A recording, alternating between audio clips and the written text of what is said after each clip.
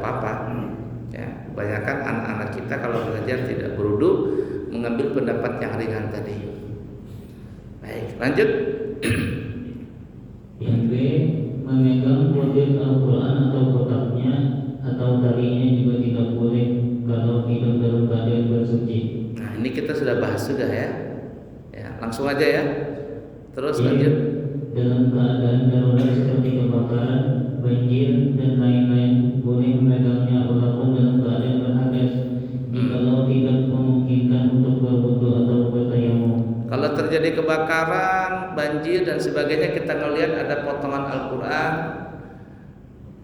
kita tidak berudu dan tidak memungkinkan untuk berudu, maka kita segera ambil Al-Quran tadi. Ambil Al-Qurannya, nggak ada masalah. Atau ketika kita di jalan begitu melihat potongan Al-Quran, kertas Al-Quran ya berserakan begitu, ambil saja. Ambil, kemudian bawa di tempat yang baik. Kalau seandainya masih bisa dimanfaatkan, dimanfaatkan. Artinya dimanfaatkan, disimpan, dibaca.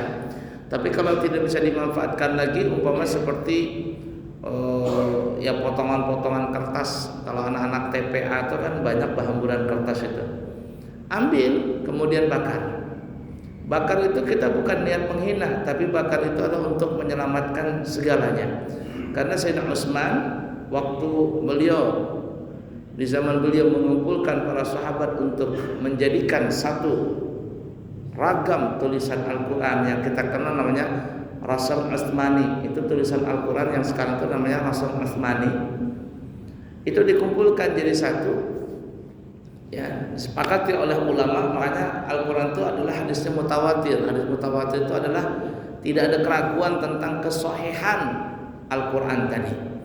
Nah, kemudian ada Al-Quran yang tertulis di tulang di mana itu, artinya yang belum disepakati oleh para sahabat, maka itu dibakar oleh Sayyidina Utsman supaya tidak ada lagi perselisihan di antara para sahabat sampai ke kita ini.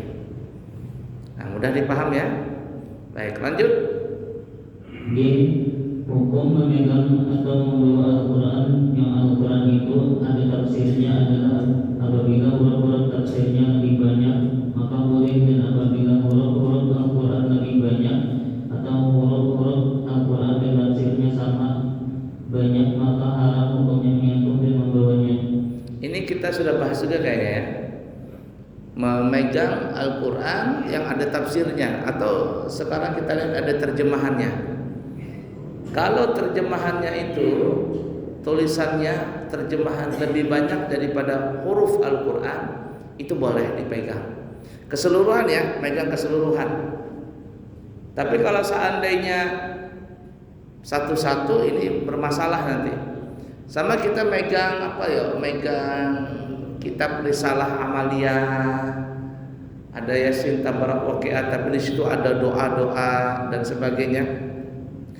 Kita megang langsung satu kitab, megang sekitapan itu nggak ada masalah. Kalau nggak beruduk masih dibolehkan karena hurufnya selain Al-Quran lebih banyak.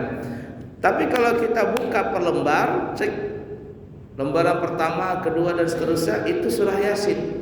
Ketika kita tidak beruduk, membukanya ini tanpa beruduk, ini repot. Tidak boleh seperti itu. Dalilnya dalam Al-Quran sangat jelas, la yamassuhu illal mutahharun. Tidak boleh memegang Al-Quran kecuali orang yang suci. Dan itu sepakat madzhabul arba'ah, Maliki, Hambali, Syafi'i, Hanafi, itu menyepakati orang yang tidak berwudu tidak boleh megang Al-Quran, apalagi dalam keadaan junub. Termasuk HP, hati-hati HP. Anda berwudu megang HP itu ada tulisan Al-Qurannya, kita tidak boleh memegangnya. Udah ya, lanjut. Dibolehkan bagi orang yang berhadas membalik lembaran Al-Quran dengan lidi atau semacamnya, tetapi ada pun berlapis dengan kain atau semacamnya maka tidak boleh. Kayaknya kita sudah bahas juga ini ya. Membalik Al-Quran dengan dengan lidi atau apa boleh. Contohnya, nah, ini Al-Quran. Nah, ini lidi, kita balik begini boleh. Nah, boleh. Atau kita geser pakai lidi, boleh. Yang tidak boleh diangkat. Kalau begini, tidak boleh. Apalagi ini Quran bukan begini. Emangnya panci panas atau apa? Tidak boleh. Cuman kalau digeser boleh. Digeser pakai ini tanpa mengangkat ya, digeser atau membalik itu boleh. Membalik. Tapi kalau diangkat keseluruhan menggunakan pakai lidi atau apa, tidak boleh. Itu sama dengan membawa yang kita pernah bahas pada pertemuan yang lalu. Baik, lanjut. Yang diharapkan bagi orang yang junub atau perempuan yang haid yaitu seluruh masalah-masalah yang ada di atas tadi dan ditambah dengan 2 masalah lagi. Stop. Nah, kita sudah membahas 4 masalah tadi ya. 4 masalah tadi: sholat, tawaf, menyentuh Al-Quran, membawa Al-Quran. 4 masalah ini, sholat, tawaf, menyentuh, membawa Al-Quran, itu dilarang bagi orang yang berhadas kecil, yang tidak berwudu, apalagi orang yang berhadas besar. Berhadas besar itu berarti adalah orang yang junub, atau perempuan yang sedang haid, sedang nifas, atau perempuan yang sudah selesai haid, selesai nifas tapi belum berwudu. 4 masalah ini dilarang bagi mereka: sholat, tawaf, menyentuh, membawa Al-Quran. Udah dipaham dulu ya. Nah, sekarang kita bahas yang baru, tambahannya lagi. Kemudian khusus bagi orang yang junub ada 2 tambahan lagi. Orang yang junub berarti siapa itu tadi? Perempuan yang haid, perempuan yang nifas, perempuan yang selesai haid, selesai nifas tapi belum mandi junub. Kemudian yang kelima adalah orang yang belum mandi junub, alias seseorang yang habis mimpi basah atau berhubungan badan, dia belum mandi junub, maka semuanya ini disebut namanya orang yang berhadas besar. Kita ulangi lagi. Orang yang junub itu 5. Pertama, perempuan yang haid, perempuan yang sedang haid, perempuan yang sedang nifas. Yang ketiga, perempuan yang selesai haid tapi belum mandi junub. Yang keempat, perempuan yang selesai nifas tapi belum mandi junub. Dan yang kelima adalah seseorang yang setelah melakukan hubungan badan atau setelah mimpi basah tapi dia belum mandi junub. 5 masalah ini semuanya masuk kategori orang yang junub. Nah, yang junub ini yang kita sebutkan 5 orang ini ada tambahan 2 lagi. 2 masalah lagi. Sedangkan yang berhadas kecil yang tidak berwudu, 2 masalah tambahan ini mereka tidak dilarang. Saya lagi, 2 tambahan ini khusus bagi yang junub. Sedangkan orang yang berhadas kecil, yang berhadas besar ini tidak dilarang. Baik, silakan lanjut dibaca. Yang pertama, bertahan di masjid. Bertahan di masjid. Kalau orang yang junub atau orang yang sedang haid, sedang nifas, atau perempuan yang selesai haid, selesai nifas tapi belum mandi junub, boleh nggak dia masuk masjid? Nggak boleh. Nah, bertahan di masjid. Bertahan di masjid itu bapak-bapak adalah seperti kita duduk nih bertahan. Atau kita masuk, kita berdiri saja, bertahan namanya. Itu dilarang itu. Bagi yang 5 orang tadi. Tapi kalau orang nggak berwudu, boleh nggak masuk masjid? Orang yang tidak berwudu, boleh nggak masuk masjid? Boleh. Boleh. Kita tidak berwudu, masuk masjid nggak ada masalah. Tidur di masjid nggak ada masalah. Cuma di sini boleh nggak tidur? Dilarang ya. Nanti terliur di hamba. Nah, bagi orang yang tidak berwudu nggak ada masalah, boleh masuk masjid. Tapi bagi orang yang junub tadi yang kita sebutkan 5 tadi itu tidak boleh masuk masjid, tidak boleh bertahan di masjid. Ada umpama seseorang tidur di masjid, kemudian dia mimpi basah, ya, ihtilam dalam bahasa Arab. Dia ihtilam, apa yang terjadi? Wajib dia keluar dari masjid. Dia mandi junub lebih dahulu. Setelah selesai mandi junub baru boleh masuk kembali. Mudah dipaham kira-kira? Nah, tambahan ya. Berarti totalnya sudah berapa itu? 5 ya. Kemudian yang kedua atau yang keenam dari seluruhnya. Lanjut. Niat membaca Al-Quran. Adapun membaca Al-Quran. Stop pelan-pelan. Yang kedua atau yang keenam, bagi orang yang junub ya, dilarang apa? Membaca Al-Qur'an. Niat dengan membaca. Tapi kalau orang tidak berwudu, boleh nggak baca Al-Qur'an? Hafal nih surah Yasin. Ya, diundang bapak-bapak para jemaah, nanti setelah salat Isya kita ada undangan untuk pembacaan Yasin, tahlil dan doa di rumah Fulan bin Fulan. Nah, rombongan setelah salat Isya jalan ke rumahnya yang mengundang tadi. Tiba-tiba di tengah jalan mengguruk parut, bekantut, batal ke wudunya? Batal. Sampai di tempat acara tahlilan, baca Yasin, boleh nggak? Yang nggak berwudu tadi boleh nggak baca Yasin? Boleh. Yang tidak boleh apa? Memegang. Jadi kalau dia hafal nggak apa-apa. Yasin wal Qur'anil Hakim. Yang tidak berwudu nih, boleh nggak? Boleh, nggak ada masalah. Umpat aja. Ya. Tahlilan la ilaha illallah, la ilaha. Boleh, nggak ada masalah. Ya. Yang tidak boleh itu yang tidak berwudu menyentuh tadi, menyentuh Al-Qur'an, termasuk Yasin yang keseluruhannya Yasin ya. Nah, tapi bagi orang yang junub tadi, junub yang sedang haid, sedang nifas, atau selesai haid, selesai nifas tapi belum mandi junub, maka dilarang untuk apa tadi? Membaca Al-Qur'an biniyatil qiraah. Tapi kata ulama, membacanya itu dengan niat untuk membaca. Niatnya baca itu karena niat ingin membaca. Maksudnya gimana guru? Kita lihat nanti. Lanjut. Adapun membaca Al-Qur'an yang niatnya untuk penyembuhan. Stop. Satu. Ada orang junub tapi dia baca Quran niatnya untuk sembuh. Bahasa katanya meruqyah. Ya, sakit kepala. Dia baca ayat Quran untuk menghilangkan sakit kepalanya. Meruqyah nih. Satu. Apa lagi? Atau bertabarruk. Tabarruk. Ya. Ini gurunya atau ustadznya lagi habis berhubungan badan sama bini, tiba-tiba ada orang ngetok pintu, tok tok tok. Pak Kiai, ya ini ada orang minta bacakan doa. Wah, kata Kiai, aku belum mandi junub lagi, dalam hati aja Bang ya. Anu Pak Kiai kalau bisa mohon maaf dilakasi karena ditunggu sama orangnya. Kata Kiai, sebentar lah, jangan Kiai, sekarang aja.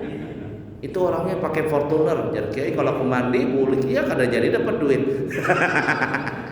Maka kayaknya agak amplok ini 500.000. Ayo sudah tabaruk, niat untuk tabaruk umpama, ya. Lagi kemudian yang ketiga, atau untuk berlindung maka dibolehkan. Berlindung, setelah pelan-pelan satu-satu. Untuk berlindung, tahu itu umpama kita perempuan umpama lagi haid atau apa begitu ya. Kemudian lewat di tempat yang angker, pindah berdiri bulu kuduk nih, ya, berdiri bulu kuduk, baca ayat kursi, umpama ya, niatnya untuk berlindung kepada Allah dari gangguan setan. Ya, tapi sekarang ini hantu nih, tidak ada harganya sekarang. Hantu itu tidak ada harganya. Coba pian lihat di YouTube itu, ya. Tidak ada harganya hantu, pocong apa ditempelin sama orang, tendang, tidak ada harganya, betul-betul tidak ada harganya sekarang hantu. Coba kalau kita nonton film hantu ya, kenapa kita bisa takut nonton film hantu itu? Apa sebabnya? Sebenarnya yang bikin serem orang nonton film hantu itu bukan gambarnya, musiknya. Coba kalau orang nonton film hantu, musiknya umpama musik dangdut begitu, nggak takut orang, malah ketawa. Ketika hantunya muncul, di mana umpamanya, nggak jadi takut orang. Jadi sebenarnya orang bikin takut nonton film hantu itu karena musiknya itu. Wah, terkejut kan? Nah, jadi seperti itu. Jadi ada yang sekarang nggak ada harganya hantu itu. Ada hari apa kemarin saya lihat pas buka ada video masuk di Facebook atau di mana tuh. Ada orang ngojek Grab gitu di Jakarta. Ini tukang Grab nggak tahu yang di belakang ini diantar begitu. Sekalian diantar ke kuburan, diantar ke kuburan. Habis itu dia pulang lagi. Ditanya sama ada orang situ, Pak, emang dari mana Pak? Saya ngantar penumpang situ. Lah terus saya turunkan penumpangnya hilang. Lah terus iya nggak bayar dia, saya marah. Berapa Pak? 25.000. Bapak tahu nggak siapa yang Bapak antar? Nggak tahu, perempuan itu. Bapak tahu nggak itu apa? Tahu apa itu? Itu kuburan. Itu berarti hantu ya? Iya Pak, hantu. Wah, katanya kurang ajar aku dibodohin sama hantu. Balik Grab ini, Bapak ngeliat gak ada orang perempuan? Itu lah perempuannya. Didatangi sama tukang Grab ini. Ayo bayar katanya. Gak ada takutnya tukang Grab katanya. Bayar katanya. Bagaimana hantu mau bayar? Mau bayar pakai apa dia? Dibodohinnya. Tapi tidak ada takutnya orang. Saya gak takut sama kamu. Orang kamu gak bayar. Mau kasih makan apa anak saya kalau kamu gak bayar? Tidak ada harganya hantu zaman sekarang. Umpamaan ya, ini kita menyimpang saja cerita tadi. Ada orang jalan, umpamanya lagi junub atau lagi haid, tiba-tiba berdiri bulu kuduk, baca ayat kursi dia. Boleh nggak? Boleh. Nah, coba ya 3 hal tadi. Pertama apa tadi? Niatnya untuk ruqyah. Yang kedua tabarruk. Yang ketiga berlindung. Yani ya berlindung dengan ayat-ayat Allah. Nah, berlindung dari godaan syaitan dengan perantaraan ayat-ayat Allah. Lanjut, 3 hal ini apa? Begitu juga tidak berniat apa-apa. Nah, yang keempat, tidak berniat apa-apa. Terus? Seperti sudah jadi rutinan kalau mau tidur. Nah, artinya sudah rutinan. Kalau kita mau tidur itu kan kita baca ayat kursi, muawwidzatain, al-ikhlas. Sudah biasa ini kan ya? Sudah biasa tidur seperti itu. Ya, sudah amaliyah lah. Sudah menjadi rutinan. Sudah biasa seperti itu. 4 hal. Apalagi? Ada lagi? Maka ini dibolehkan. Ada pun Stop. Pelan-pelan. Maka ini baca. Maka ini ya tadi ya, bingung dia. Maka ini dibolehkan. Stop situ. 4 hal tadi. Nah, meruqyah, penyembuhan, apalagi tadi? Tabarruk, berlindung, ya. Kemudian sudah rutinan, yang zikir yang kita rutinan di pagi sore tadi. Maka kata ulama, walaupun dalam keadaan junub, sedang haid, sedang nifas, perempuan sedang haid, sedang nifas, ini tidak dilarang untuk membaca Al-Quran dengan niat salah satu yang 4 tadi ini. Mudah dipaham kira-kira? Nah, seperti itu. Lanjut. Adapun kalau niat membaca dan juga niat untuk berzikir maka diharamkan.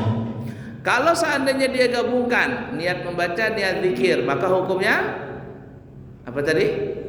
Haram, enggak boleh. Lanjut. Yang diharamkan bagi wanita haid. Stop dulu. Mudah dipaham di sini dulu. Paham ya? Nah, baik. Ada pertanyaan? Kalau ada pertanyaan, silakan. Yaitu seluruh masalah-masalah yang di atas tadi dan ditambah. Bentar dulu. Laju benar. Ada pertanyaan dulu sebelum kita lanjut ke masalah berikutnya. Ada jemaah? Nggak ada ya? Ya Pak Haji? Nggih, siap. Untuk yang keempat, jadi untuk yang posisi orang juga dibolehkan membaca Al-Quran. Ini haruskan bolehkah dilafazkan atau sederhana saja? Iya, dilafazkan Pak Haji. Dilafazkan boleh. Asalkan tadi yang 4 tadi nih. Ya, umpama niat ruqyah, niat tabarruk, niat apa tadi namanya? Berlindung ya dengan ayat-ayat Allah. Kemudian yang keempat sudah rutinan. Itu jelas dengan apa namanya? Dibolehkan walaupun dengan lisan. Tapi kalau seandainya dengan dalam hati, ya nggak ada masalah, itu jelas boleh. Yang kita bicarakan membaca dengan lisan. Ini membaca ya, bukan menyentuh ya. Membaca bukan menyentuh. Kalau menyentuh tidak boleh sama sekali. Menyentuh atau membawa. Tapi kalau membaca masih ada toleransi yang kita sebutkan tadi. Ada lagi pertanyaan? Habis? Lanjut ya. Monggo silakan. Yaitu seluruh masalah-masalah yang di atas tadi. Bentar, ulangin judulnya apa tadi? Yang diharamkan bagi wanita haid. Nah, stop. Tadi kan sebentar dulu. Laju benar. Baik, dengarkan ya. Ini supaya nggak paham nih. Supaya nggak paham, supaya kita paham. Tadi 4 masalah nih ya. Salat, tawaf, menyentuh, membawa Al-Quran. 4 masalah ini dilarang bagi orang yang tidak berwudu sama orang yang junub, gitu kan ya. Kemudian tambahan lagi 2 masalah, yaitu masuk ke dalam masjid, bertahan di masjid, sama niat membaca Al-Quran. Ini yang 2 ini masalah adalah khusus bagi orang yang junub tadi, haid, junub dan seterusnya. Sedangkan yang berwudu, yang tidak berwudu nggak dilarang yang 2 ini. Nah, jadi totalnya yang junub 6. Nah, kemudian kita masuk lagi 4 masalah berikutnya. Ini khusus bagi perempuan yang haid dan yang nifas. 4 masalah yang kita akan sebutkan ini. Perempuan yang haid dan yang nifas. Sedangkan yang junub 4 masalah ini nggak dilarang. Orang yang tidak berwudu 4 masalah tambahan ini nggak dilarang. Yang dilarang 4 tambahan ini adalah perempuan yang haid dan yang nifas. Mudah dipaham dulu ya. Nah, lanjut. Apa saja masalahnya yang dilarang? Lanjut. Yang diharapkan bagi wanita haid yaitu seluruh masalah-masalah yang di atas tadi. 6 masalah tadi kan ya. Kemudian Dan ditambah 4 masalah lagi. 4 masalah lagi. Pertama, berpuasa baik wajib ataupun sunat. Stop. Kalau perempuan yang sedang haid atau perempuan yang sedang nifas, maka haram baginya untuk puasa. Haram bagi mereka untuk puasa. Sedang haid nih. Dan kalau seandainya dia puasa, di awal dia puasa, dia belum ada haid, tapi di pertengahan puasa, siang hari atau sudah mendekat maghrib, tiba-tiba keluar dari haidnya, keluar dari nifasnya, apa yang terjadi? Maka batalah puasanya. Ya, ini sedang haid nih, sedang haid. Lain lagi masalah kalau seandainya perempuan ini haid sudah 1 minggu, kemudian di malam hari jam 4 subuh dia merasa bersih, tidak ada haid, tidak ada lagi darahnya keluar. Cuman masalahnya kalau dia mandi nggak sempat sahur, kalau dia sahur nggak sempat mandi. Gimana caranya nih?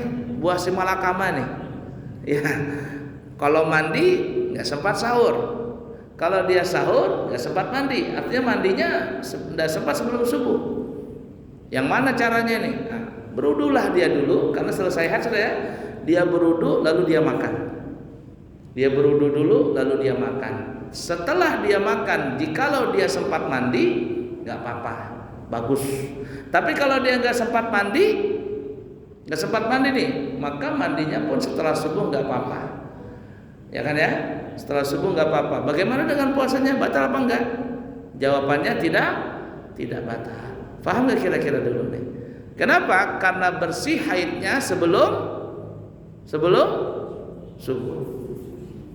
Mandinya itu sunnahnya, afdalnya sebelum subuh. Tapi kalau nggak sempat setelah subuh nggak apa-apa.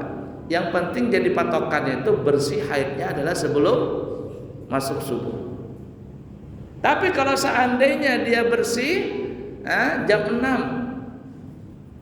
kan masih waktu subuh itu, tapi dia merasa bersih sudah jam 6, tidak ada lagi darahnya, maka apakah dia puasa hari itu?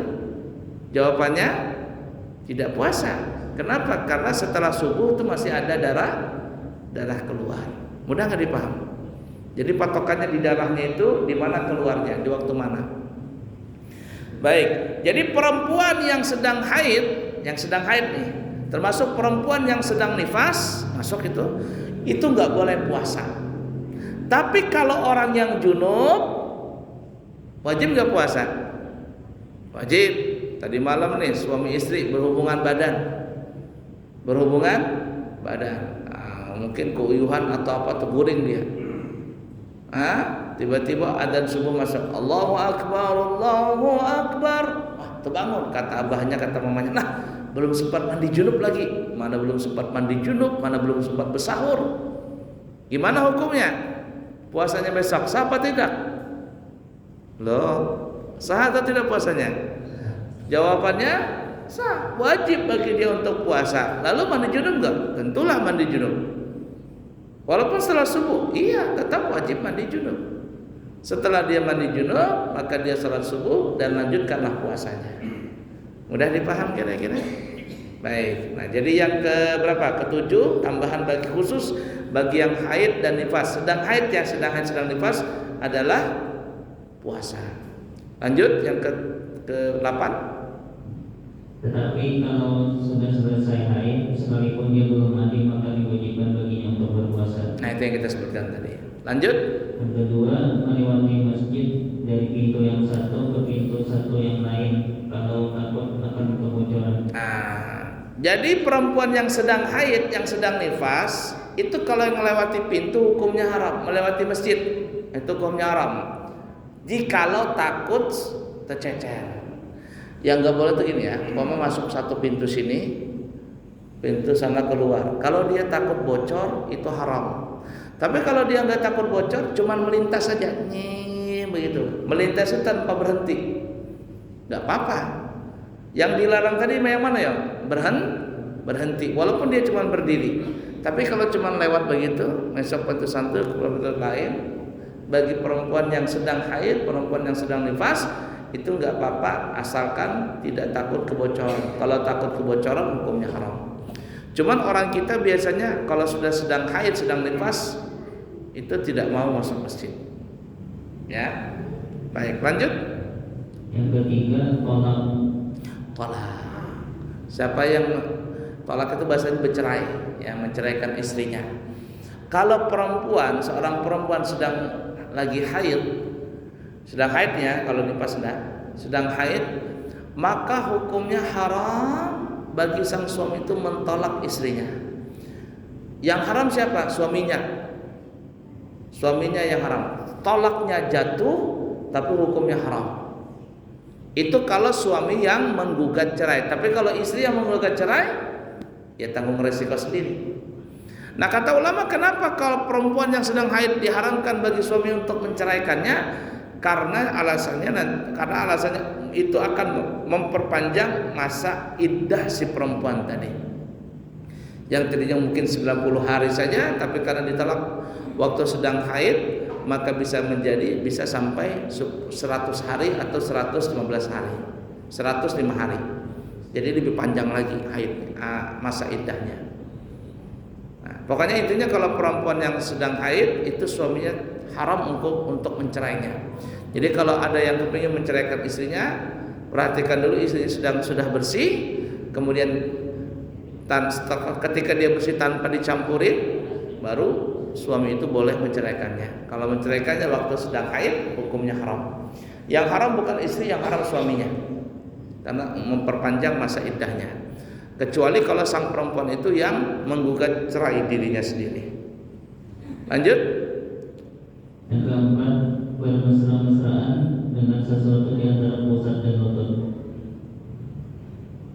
Yang pertama, stop, belum disuruh lagi. Yang pertama tadi apa ya? Tetapi kalau sudah selesai haid dan dia belum mandi, maka tolak tidak diharamkan. Yang pertama tadi puasa kan ya. Yang kedua melewati masjid. Yang ketiga tolak. Yang keempat bermesra-mesraan. Bermesra-mesraan ini bahasa kitanya bercumbu rayu antara suami istri. Nah, cuman masalah ini masih ada beda pendapat. Kita lihat beda pendapatnya. Dalam masalah bermesra-mesraan ini ada beberapa perbedaan pendapat. Adapun pendapat Imam Rafi, beliau memberikan bagi seorang istri untuk meraba-raba antara pusat dan lutut suaminya, sekalipun perempuan itu menggairahkan.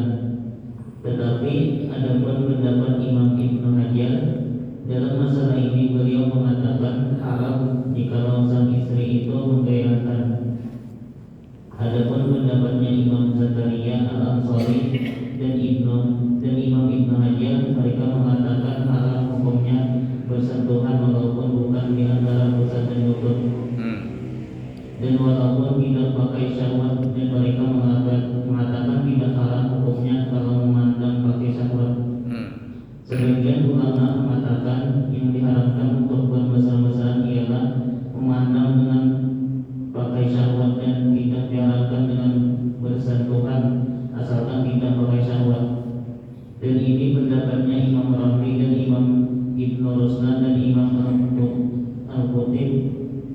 juga Imam Nawawi dalam kitab Rawdah, dan juga pendapatnya Imam Ibnu Hajar selain di kitab Tuhfah.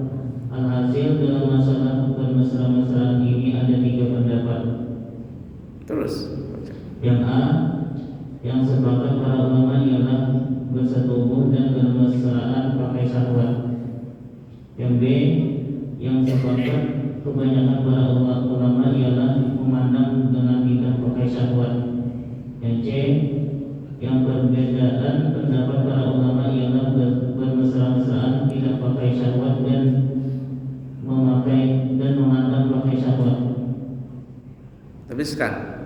Tetapi berkata Imam Nawawi, beliau mengambil dari pendapat Imam Ahmad yang diharamkan dengan bermesraan ialah cuma bersetubuh saja, dan yang mendukung dari pendapat ini adalah Imam Al-Auza'i dan Imam Mujahid An-Naim dan Imam Ishaq bin Ruhuwaiyah dan Imam Abi Saud dan Imam Muhammad bin Hasan dan Imam Syafi'i dan Imam Ibni Ishaq Al-Marwazi dan Imam Nafi dan Imam Ibnu Muzir dan Imam Daud dan Imam Asbaqi Al-Maliki dan Imam Nawardi dan Imam Rayani. Dan berkata Imam Nawawi, ini adalah pendapat yang lebih kuat dari segi dalil.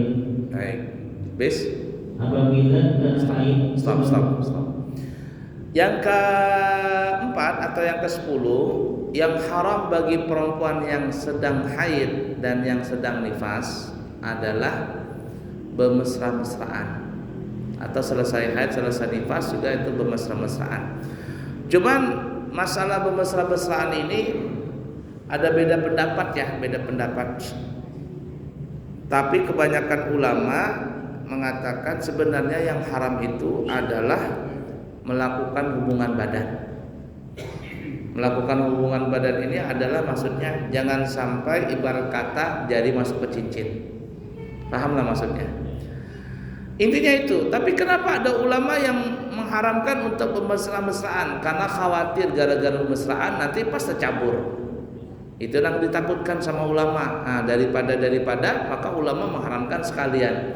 Tapi kalau seandainya aman-aman saja, yang penting kata Imam Nawawi kada masuk, ibarat kata jari tidak masuk ke cincin, itu aman-aman saja. Nah, makanya ada kebanyakan ulama zaman sekarang ini, apalagi kita di Indonesia ini kan terus terang ya, untuk masalah, mohon maaf ya, untuk masalah poligami ini kan repot sekali di Indonesia ini. Untuk masalah poligami repot sekali. Pokoknya kalau sudah perempuan itu, istri itu sudah haid, selesai dah. Seminggu perai. 15 hari perai, menggaruk kepala. Lalu gimana caranya ini? Maka laki-laki kalau sudah handak, kalau disalurkan, kuciak tupang deh. Mengamuk dia. Nah, kebanyakan guru-guru kita, terutama ulama-ulama yang kental pada zaman sekarang, maka sang istri itu paham-paham sudah. Kalau suami itu sudah begitu, dia sedang haid nih, apalagi sampai 15 hari dan seterusnya. Itulah, maka keluarkanlah kenikmatan sang suami itu sampai dia betul-betul rileks, itu nggak apa-apa. Yang penting jangan sampai ibarat kata jari masuk ke cincin. Itu aja sudah, terserah dah apa caranya. Jangan ya. Nah, itu lebih baik. Nah, itu lebih baik daripada ibarat kata tidak mau sama sekali, habis suaminya pusing. Hendak poligami kada boleh, ya. Hendak jajan di luar haram, kemana menyalurkannya ini? Ya. Nah, jadi seperti itu caranya. Udah dipaham kira-kira ya? Nah, jadi paham aja sudah. Artinya kalau sudah bini pian itu terserahlah. Nah, ada jenang lainnya caranya gitu sama istri nanti. Baik. Terakhir, apabila darah haid sudah berhenti, maka tidak diharapkan lagi untuk berpuasa dan talak juga bersuci dan melewati masjid. Adapun masalah-masalah yang lainnya masih tetap diharapkan sampai selesai mandi. kalau perempuan itu sudah selesai haid tapi belum mandi junub, semuanya yang 10 tadi tetap haram. Tapi ada yang tidak haram. Pertama, tolak itu tidak diharamkan lagi walaupun belum menjadi junub. Yang kedua melewati masjid, jangannya itu tidak haram lagi. Yang ketiga apa tadi? bersuci, Berwudu. Ya, berwudu nggak haram lagi. Terus apa lagi? melewati masjid, Melewati masjid. Ya, itu udah haram lagi, tapi sisanya tetap diharamkan. Mudah dipaham kira-kira? Nah, selesai kita bab masalah apa namanya ini? Masalah bersuci. Nanti ke depan kita akan lanjutkan masalah tentang sholat. Ya, fikih shalah namanya, fikih yang berkaitan dengan sholat itu sangat penting, apalagi kita setiap hari melakukan sholat ya. Bagaimana itu? Insya Allah kita akan bahas nanti di kesempatan akan datang.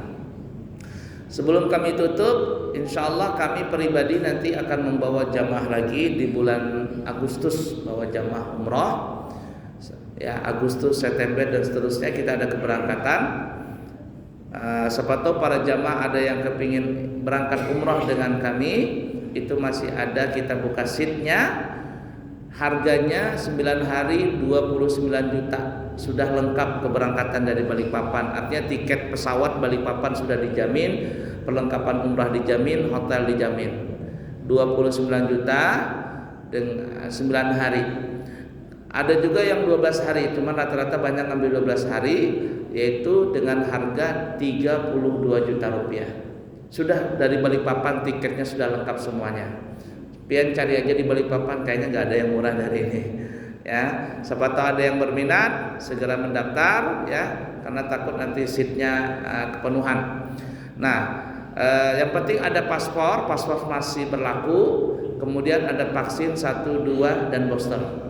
Ya, kalau lengkap semuanya, kemudian dananya ada, maka kita akan buka keberangkatan dari bulan Agustus. Insya Allah saya akan memberangkatkan di bulan Agustus itu, dan setiap bulan insya Allah ada keberangkatan kita.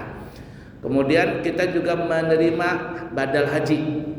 Tahun ini kita menerima badal haji. Siapa tahu ada keluarga orang tua yang kepingin dibadalkan hajinya, alias orang tua sudah meninggal, kita buka dengan harga 10 juta. Di tempat lain harganya 12 juta.